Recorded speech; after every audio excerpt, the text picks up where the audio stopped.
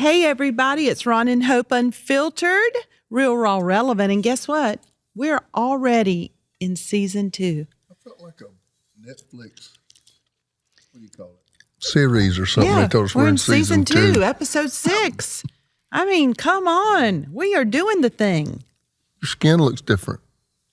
What does that mean? What you've been doing different. Your skin looks different. Ronaldo, don't call me out. I told you the other day, I said your skin looked different and shiny and new. So what is it you're I've doing? had 2 laser treatments. To do what? Because you said your pores were too big. Yeah, they are. What does that mean? Ryan, it means what does that even it's mean? not porcelainy and smooth and it's old skin. So lasers can rescue you from big pores? They say so, but I don't believe that part. I don't believe it. But I don't understand the downside of a big pore. What's the... Because you look like a big old navel orange. Be careful, they might have face. somebody with big pores out there. Well, I'm sure there's plenty of people listening who have big pores. I don't like them on me. But they say that it can reduce your fine lines and your wrinkles. How is a big pores. pore defined? What is it defined? Do I have a big pores? Yeah, you do. I see them. Like in my nose? Where they at? Well, come here. I see them right here on your face. You do have some on your nose. Big pores? Yes. It's not a good thing, Ron, that we have big pores. So that's what's making it all shiny and new? All glowy and new. I think so. Got a little bit of a suntan? Yeah, but you just brought me back from Mexico. We met with Sam Chan and They his need leadership. to know the truth, though. Yeah, we weren't out and sunning it the whole time. It don't matter if we were. We were gone 5 or 6 days, and we had 4 days in classes. So it doesn't matter. We still got a little bit. We still got a little bit. I said that like torture. But yeah, so Sam Chan is a friend of mine, but he took a bunch of people down to Puerto Vallarta, Mexico to do a training conference, and we didn't even get to put our toes in the sand. I'm like, just meet in Atlanta or Dallas. Why are we doing this? Why did we come here? Yeah, like this torture. To stay in the room, in the meeting room. We could have done this in Atlanta. So anyway, the info was great. Glad to be here. You got a good topic that you picked out for today. I don't know if it might run some people off or they click it when they find out what it is, but I would really like for them to hang around. I hope they do. Because we'll tell them the solution to small pores if they'll just hang around. Small pores. Listen, if I knew the solution to big pores, I would be a gazillionaire. Because all of the women. Big pore is a dilemma across the world. It is. It's across the woman board. You hear that? It is. There's so cream for it. So if you out there who are sponsors, if you could find a potion for big pores. Yeah. There's cream for it. There's lasers for it. There's facials for it. Does any of it work? I haven't found it to work yet, okay. But we are hopeful. All right. So what's our topic? Today, we're going to talk about the best advice that I've ever received. And for us, when we talked about this, because we did discuss this one today, I don't think there's one piece of advice. It's a lot of wisdom that has been showered over the years to us by great men and women. And I'm so, so grateful that we have had voices in our life who have tried to keep us from pitfalls, who's tried to help us recover from pitfalls.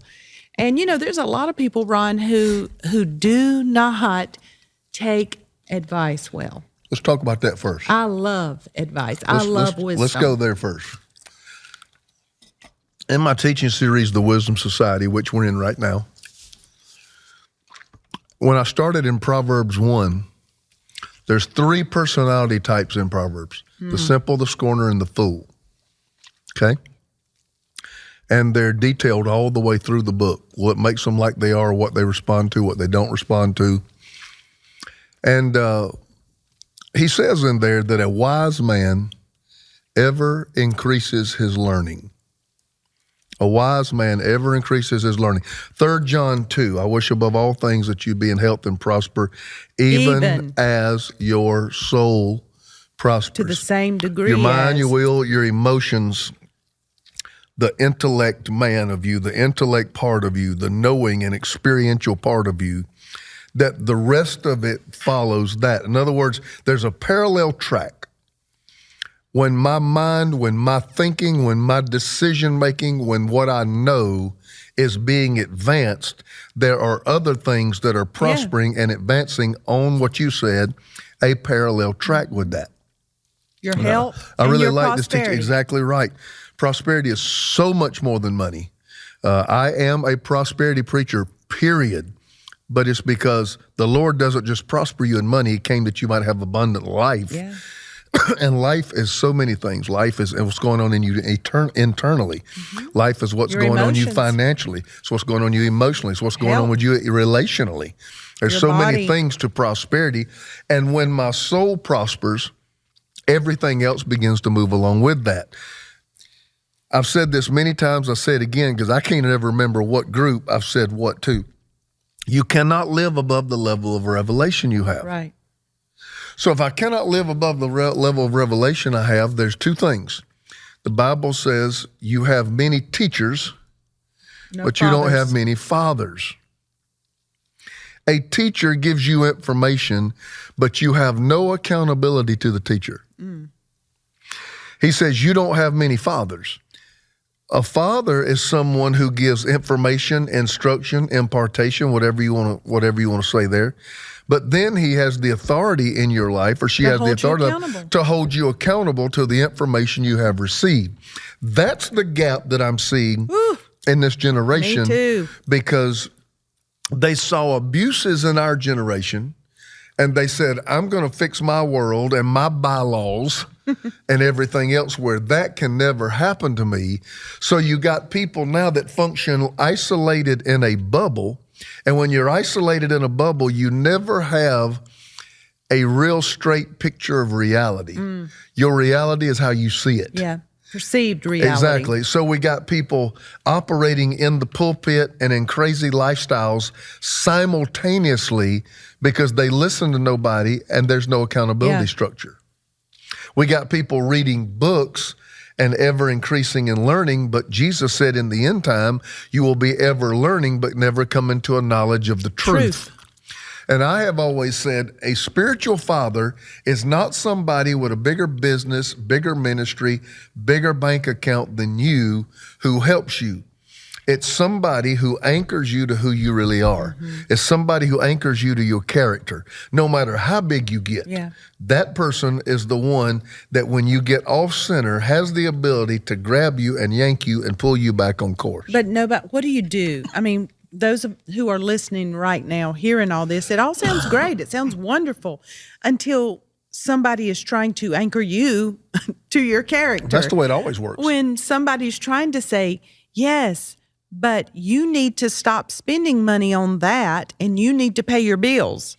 Yes, you need to stop going on vacation, but calling me when you need money. Information is easy till it corrects. Yeah, I don't mind. Information that I agree with right. is not difficult. Information is difficult when somebody is using it to correct the direction that I've taken or the choices that I have made. So I think what we've got to understand is the whole thing of a spiritual mother and father, if they cannot correct you, that's all a sham anyway. Yeah, and you're going to stay, your life is going to be lived with a lid. Really, it really is. There are people who have been there, done that, did get the T-shirt, learned some lessons, and can turn around and extend a hand to you and help you. But when you are unteachable, you're just going to keep going through the same Proverbs cycle calls that- over and over and over. Proverbs says the guy who is ever learning, the person who is ever learning But is never- wise. yeah. He says just the opposite about the people who are unteachable. He calls them a fool. Yeah. The people who despise instruction. That's what Proverbs calls a fool. And I've if- been around people like that who literally hate instruction. Like, leave me alone. Yep. Stop telling me that. I don't want to hear that. Let me live my life. I'm a grown, and they use that word, woman. I'm a grown man. And like, don't teach me. I don't want to hear it. I want to do what I want to do. But if that is the attitude, you're going to stay in that stuck cycle for a very long Because you time. can't increase until your instruction and your learning increases. Right. So you just repeat cycles until you get information that helps you break out. Every time I have grown, every time I have advanced, Hope, and when that means me, that means you too, because we've done it together. I can pretty much narrow 80 to 90% of it back to two things. It was instruction we received or a seed that we sowed. It's true. It was instruction we Either received way, it hurt. or a seed we sowed. like Jesse Duplantis, I had a church, a very fast-growing church, very thriving, that was getting notoriety, and God was bringing it to prominence as a lead church, especially in the Southeast region, but in much part across the United States. And he saw how you and I were struggling. And he came in and called into our finance committee board meeting and corrected everybody in the room. I remember that was a very tense room because I was in it. He was on speakerphone. I was in the room. I remember. That was a tense room. After that meeting was over and he said the things he said and instructed the way he instructed, it was correcting everybody in there, including me and you. Church exploded. Church exploded. But a few people on the board didn't like it. They resigned. And they resigned. They resigned. That was the beginning of the end. Because for them, they were unteachable. Because they could not receive that instruction, but the wisdom he gave caused everything. As he prospered our soul, Yeah, our mind. everything began to move on a parallel track with it. And I remember that one of the hardest times in my life, I mean, in all the aspects, hardest time in my life, 2013, when I went to Living Waters and lived for 9 months. And I remember, Ron, I can remember the feeling I felt of having to sit there with my mouth closed and no reply, no, but this is why, just sit and have to take instruction and correction down to the point of, no, I don't think you should do that right now. Right now, I think you should go outside and take a walk and do some exercise. I was 43 years old and had to sit there as a grown woman and take simple instructions, simple things, and have to grin and say, yes, ma'am, and no, ma'am. It was some of the hardest days of my life, but I knew in my insides, if I would do it, that God was so forming me and shaping me and crushing me and ultimately elevating me. The thing he was doing so deep in me just by learning to keep my mouth shut and say yes, ma'am, and no, ma'am, and take instruction. My life exploded and changed. Your life changed and you became free. Yes. Freedom was on the other side. What you got to understand is, and we need to probably stop right here and acknowledge our sponsors, but I'll move back into this in just a moment. Someone's instruction is to be cherished because their instruction has probably 9 out of 10 times come from pain. Yeah. So they learn from experience. Their experience becomes information for the next generation. To keep you from having pain. So I say this all the time, especially in my ministerial fellowship. Let my pain be your teacher. Be your teacher. Be your wisdom. You don't have to walk through it again. Listen to the words that I'm instructing you with and dodge these landmines. Go ahead. We love our sponsors, and we got a great one right here. Yeah, this one right here, Nutrafol. And look, this one's helping me. Yeah, we talked about this the other day. I said, Ron, look at your hair right here. It's getting so thick. You said, Hope, I've been taking Nutrafol. So kudos to you and kudos to our sponsor. Over 80 million men and women in the U.S. experience thinning hair. The older we get. Remember that time? Let's stop right here. You remember that time you took that picture to the back of my head and said, you're not going to like this? Yep, I sure did. And I've done it. I used to use extensions. You remember when I would put extensions in my hair and they destroyed my hair? I thought she's going to end up bald. And it's been so hard to recover from that until I tried Nutrafol. Nutrafol is the #1 dermatologist recommended hair growth supplement.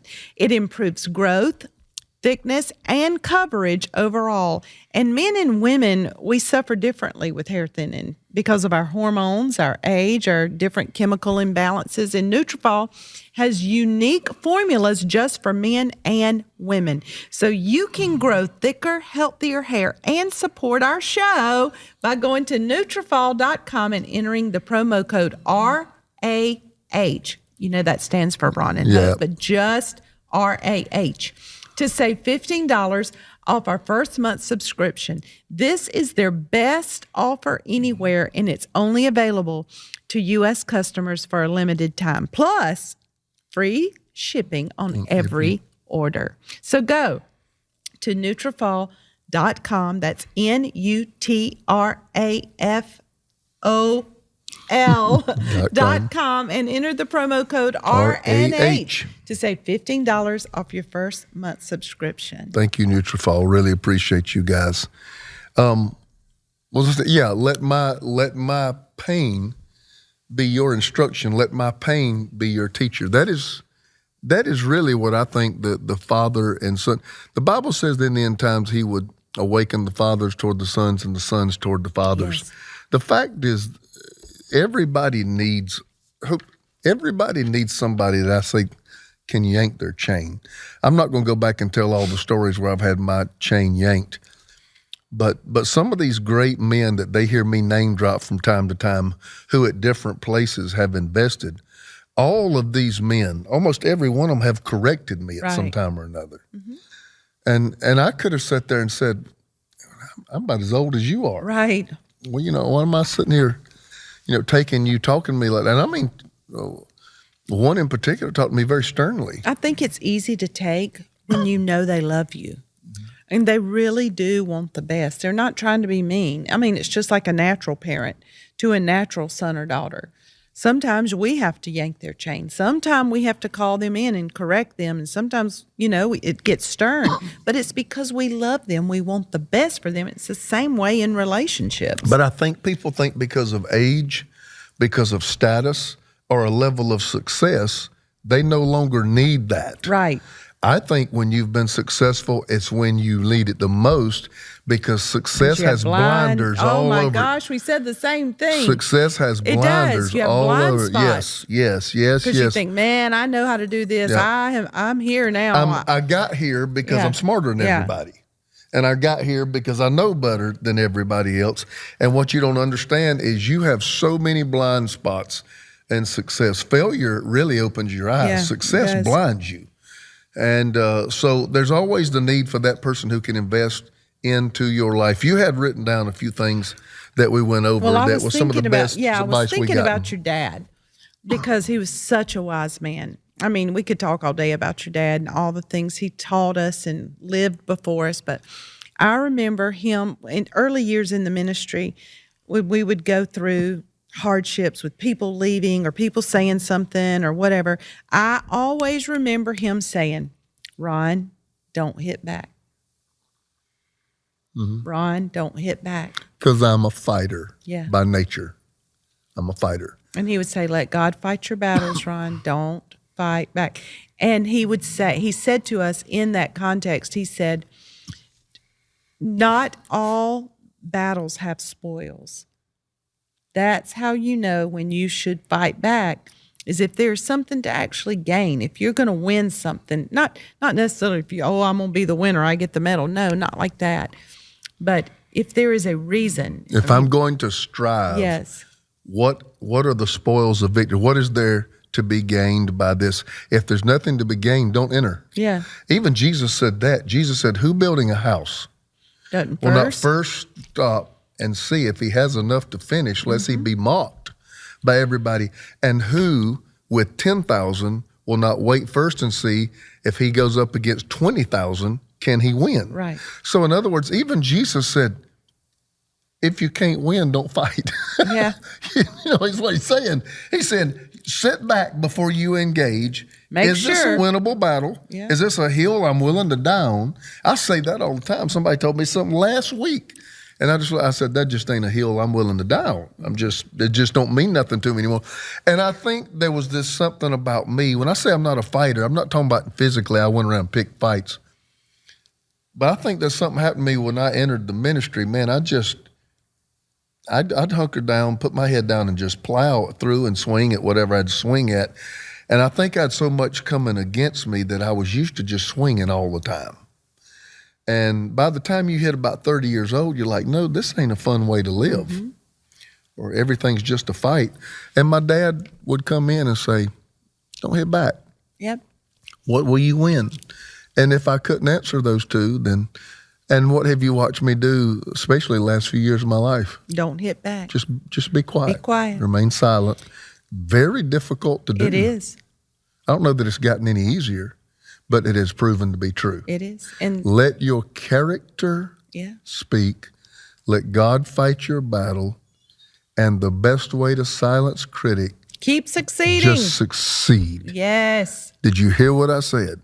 Those of you that want your critics to go away, don't debate them, don't argue with them. Just succeed. So good. Another one your daddy would always tell us is, because we were learning in ministry, we were learning how to navigate, people and problems in ministry and church issues and staff issues. And he would always say, Ron, there's always 3 sides to the story. You remember him saying that?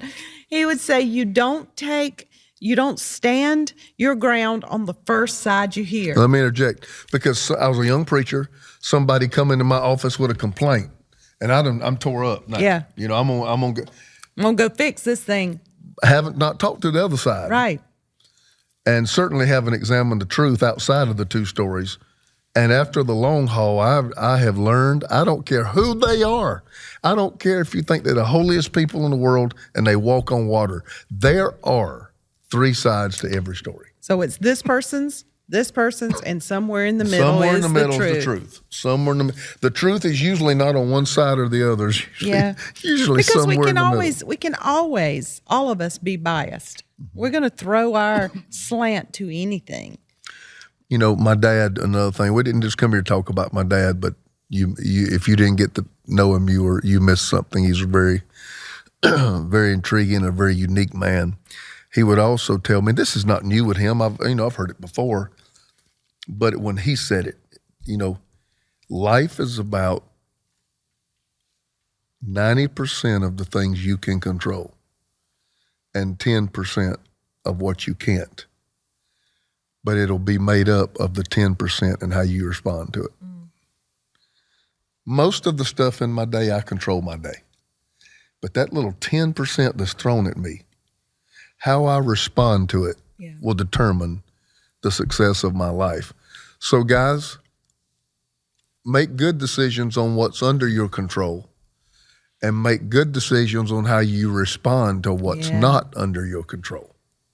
Very, very sound wisdom. Let's do somebody else besides my dad. John Maxwell. Yep. I love, and I have adopted this into the very fabric of my life, and it is always give more than you take. Mm-hmm. Always give more than you take, because, in general, we're just natural humans, and we want this, and we want the house, and we want the raise, and we want the car, and we want the Christmas presents, and we want. That's our natural flesh.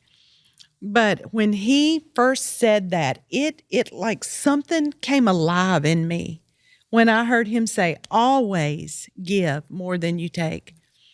And I have tried to adopt that into my life in everything that I do, in my offerings, at Christmas time, at birthdays, for other people, at trip time. Yes, we'll pay for yours. No matter what it is, give more than you take. Yep. It's more blessed to give than it is to receive. And you don't know that until you experience it. But our podcast is not usually time for correcting and rebuking. But if you're listening, and this don't hit everybody, but it will be true with some. And you're like, why do I always end up alone? Why do I not have a lot of connections? There can be a lot of reasons. That can be your personality type. Can be you're an introvert. But there are people that they put themselves out there for relationships, and the fact is they just don't have very many. You need to examine, are you a taker? Because I'm going to tell you, people by nature, after a while, will begin to dodge you. Yeah. Why? Nobody can exist in a relationship where one person does all the taking. Nobody can do it. I tell people an ATM can't be in a relationship with you and you do all the taking. No. A bank can't be in a relationship with you and you don't. A spouse cannot be in a relationship with you and you do all the taking. And I don't believe some people realize how much they take. Yeah.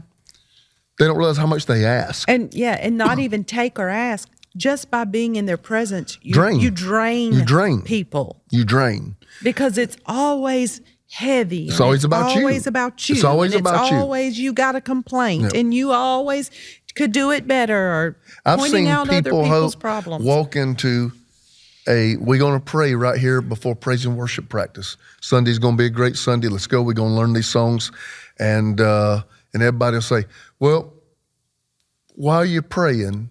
And just change the whole tone of it because they just took a whole rehearsal practice and turned Focused it on their them. Yeah, and these people are so needy they will go to different groups and turn all of it about them, which makes everybody by nature Want to avoid them. start dodging them and wanting to avoid them. And so if you feel like you're that person, everybody sees you coming down the aisle and they hurry up and go down the next aisle.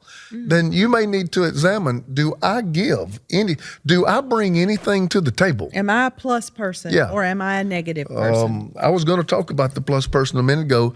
Try to be a person, no matter what atmosphere you're dropped into, you bring something to it. Yeah. You are the kind of person that will always be embraced if you bring an addition to the room you enter. If you go into a room and every room you enter, you pull from it and you make a demand on it, then you're the kind of person that will be dodged. And so always, always, always give more than you take. We got a few more and we got a little time running out. Let's see. What about don't apologize for being blessed? Who told us that? Mike Murdoch. Murdoch. Years And like ago. I said, I've always premised Mike Murdoch because I love him. Even to this day, I love him. Been a great mentor, but because he was so heavily bent on teaching people how to walk in the blessing of God, his name conjures up a lot of different responses. And so on purpose, because I don't want to alienate people I'm trying to reach, sometimes I hesitate pulling up his name. Now, he wouldn't apologize for what he does at all, and he never will. Well, I promise you this. He has taught us some amazing principles. And but that was one thing too, because when we finally did get to a place we could actually pay our bills and we could actually drive something that didn't stay on the side of the road broke down, and we could actually take a trip and stay somewhere a couple of nights and have a nice dinner. And you could buy me I felt bad. Something nice. Yeah, I felt bad. I did feel bad. I don't think you felt bad. Let's be honest. You didn't feel bad. You were just afraid of what somebody would say. True.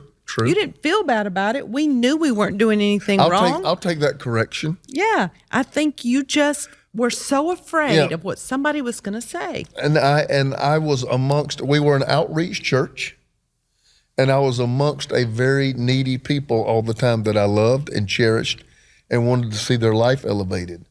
But in the process of trying to elevate everybody else's life, God elevated ours. Yeah. And I wanted to take that and hide it. I remember one of the first nice cars we ever bought. Oh my gosh, I called it Night Rider. Yeah. I literally because called you the would car only take it out and drive it at night. Nighttime. I didn't want anybody to know that I had it. Oh. And then Mike Murdoch. That would make me so mad. Yeah, Mike Murdoch. And I will say this, she didn't share a lot of those same problems. They were hang-ups that I had. However, it was the early 2000s that he began to just slowly come into our life, and he never sat me down and talked. Yeah. But he'd just throw stuff out there. And he told us, he said, why would you be ashamed to be blessed? Why would you apologize for being blessed when it's the principles that you preach to everybody else? Exactly. And In other words, he made us question. He said, do you really believe what you're preaching? He says, the same stuff that you're trying to get to bless everybody else, it has to be able to bless you too. Right. And that's what Jesse Duplantis told my board. I'll never forget this. This is a scripture that I had never even put in that context. But Jesse Duplantis, I was pastoring a church that was a lot of responsibility, and I made a very meager wage. And what started it was I picked him up in a vehicle that was just Pitiful. And he almost rebuked me for it, not because he's too good for that vehicle, but because I was too far in the blessing of God to be functioning the way I was functioning. Yeah. And he picked up on that very quickly. So he came in that speaker, Hope, and I remember what he told my financial board. He said, you cannot muzzle the ox while he's treading out the grain, which is something Jesus said. Mm-hmm. In other words, he's saying this man is plowing the field that you're eating from. Right, but he's not eating from it. But you got to let him eat from it too. Yeah. So all of you are eating from it, prospering from it. Your life is being elevated and altered from it, but you're not allowing his. Yeah. And he says, the ox is going to quit plowing if he don't get to eat sometime. Yeah, right. And when he said that, I sat there and I'm like, he's making it very difficult to argue with him. Because the fact is, if I believe so wholeheartedly that the gospel can take your life and begin to move it, it has to be able to move mine as well. Fabric, our amazing our other friends. Sponsors. Fabric by Gerber Life. We love them so much. Speaking of finances, are you looking to get your financial future organized? Who is not? I know there's tons of people probably listening who have an amazing financial future. It's already organized, but there's a lot of people who do not. Well, if you don't have life insurance yet, that should be at the top of your list. Fabric by Gerber Life is the easy one-stop shop you need with life insurance and other family finance solutions all in one place. Fabric by Gerber Life was designed by parents for parents to help you get a high-quality, surprisingly affordable term life insurance policy in less than 10 minutes. Yes, it takes less than 10 minutes to apply. See your quote and then personalize your quote to fit your family's needs.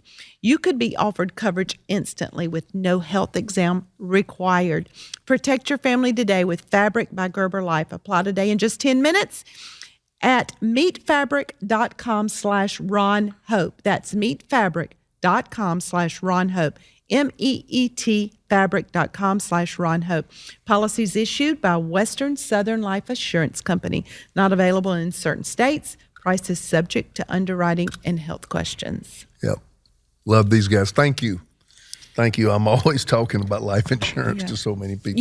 It's easy, Ron, to receive wisdom and advice from people who you see the track record in their life, like the Jesse Duplantis, like the Mike Murdoch. We saw their life line up with the word they were giving us. Their experience was consistent with what they were saying. Yes. We saw your daddy show us how to love people.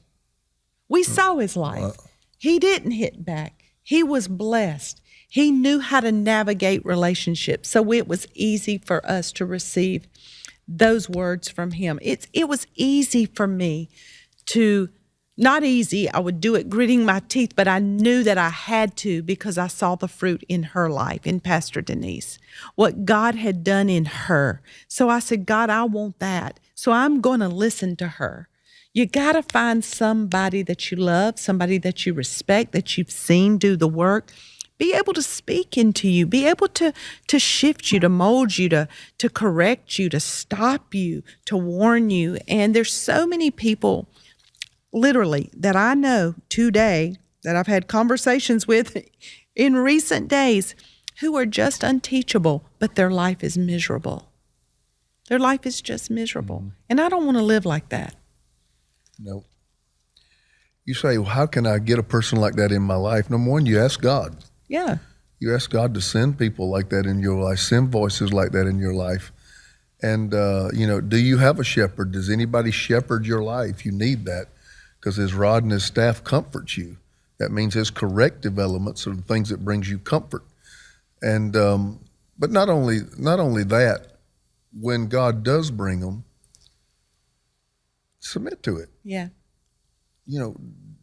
Understand you prayed for it, you asked them in, and you're fine till they say something that hits you contrary. Mm-hmm. They say something that hits you contrary.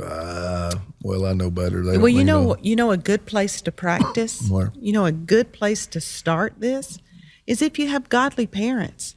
I didn't say they had to be perfect, but are they godly? Are they God-fearing? Have they done the work? You need to listen to the advice of your parents. Your parents love you. And that's a great place to practice. I don't believe that God will open the door for people to have other voices in your life if you disrespect your biological parents who are trying to just mold you, shape you, guide you, and want the best for you. Yeah. And you say, how do I know who these people are? You know them by, like anybody else, you know them by their fruit. Yeah. Like what she was talking about, we watched their life and the things they would tell us, we saw these things happening in their life. Their life was consistent with that. Last thing we want to say is to forgive quickly. Huge. Forgive quickly. Forgive quickly. Don't let the sun go down on your wrath. I'm a processor. Mm-hmm. You've learned me. You can tell how you work with things. When I get done wrong, I had something I had to process the other day. We got some news that was 180 degrees from what I had previously heard. And I told you, I said, give me a minute. I said, I got to be mad for a minute. But the Bible says, be angry and do not sin. It don't tell me to never feel anger. The fact is, God built me to feel angry. And but you got to deal with it. I felt somewhat misled.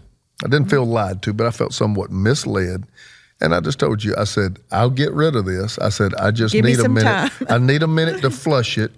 And usually by the end of a day, unless it's just a profound wound, I can get something flushed out of my system and I can literally go on.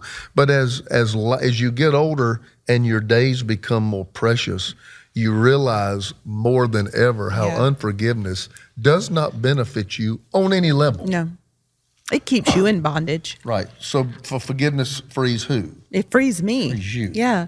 And the scripture, don't let the sun go down on your wrath, that's just showing you have to move on it quickly. You got to deal with your heart and your offense quickly, because the longer you let it sit and fester, that's exactly what it does. It festers. It gets worse. It begins to grow and take root. It plants. It takes root. I don't know if the Word of God meant that literally or figuratively. Some things are symbolic in the Bible. Some things are literal.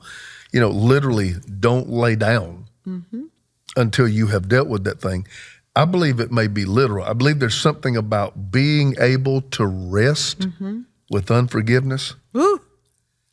There's something not healthy when you can rest. I think then it begins to plant, and it can be very easily from that point become a root system in your life, which brings about a whole nother set of problems. So I think he does say, when you feel that offense, when you've been offended. When you feel that offense, it needs to be addressed quickly, and it needs to be dealt with as quickly as you can. I address it quickly, but it takes me a minute to flush it. Yeah. I don't know why. I used to say, Ron holds grudges. He don't hold grudges. It just takes him a minute. I just got to walk it off. to walk it out. Hey, got to get it out of your system. I'm gonna credit you. You don't have a lot of close people to vent to. That usually comes out on you. You usually have to hear me getting rid of it, and you do graciously. And I don't ever come to you, I don't think, and want you to fix it.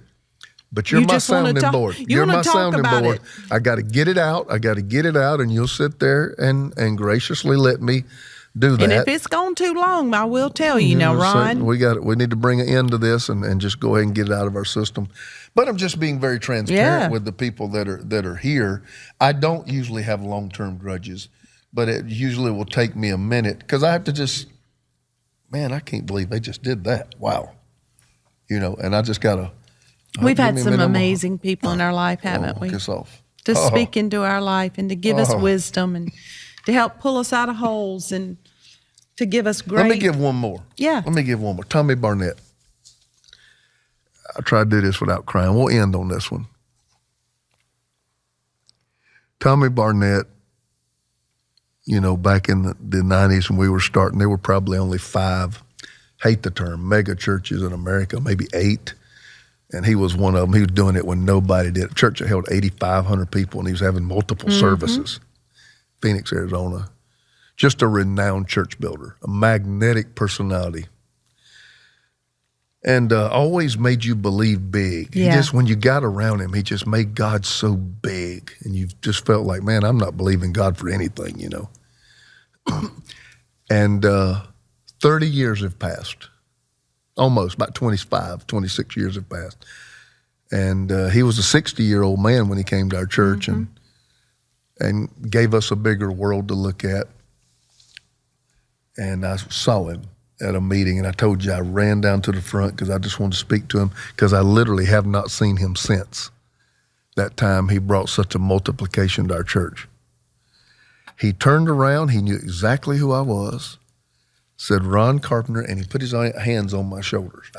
I was just so glad just to be in his presence. And listen, Hope, I hadn't seen the guy in almost 3 decades. He's now in his late 80s, and he looked at me, he said, I have one regret, Ron. I'm just seeing him. He said, I regret that I didn't believe God bigger. Wow.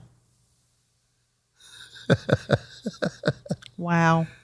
My only regret is that I didn't believe God bigger. Because he met every expectation, and he went it further and higher and deeper and wider. Man changed everybody's life he ever came in contact with. So as we leave today, I'll leave you with this. Believe God bigger. Wow. Don't have that regret. I don't have the regret of I barely believe God. I want to believe God big. And if I swing, I want to swing short of believing God big. So you know what I'm talking about. We love you guys. We do. We sure do. And we appreciate you sharing this time with us. And I hope some of the things that have been spoken in our life, we've turned around and been able to speak into yours. A lot of it was with stories, a lot of it maybe with comedy, but there's some stuff down in there in what we said today. So take those things to heart. And if you love Ron and Hope Unfiltered, please share this with all of your friends and family on your Facebook, on your Instagram. Download it. Yeah, you got to follow us. You got to subscribe. And be sure to like the YouTube videos, like and subscribe and share. It sure does help get the word out to so many people. Until next time. Love you guys.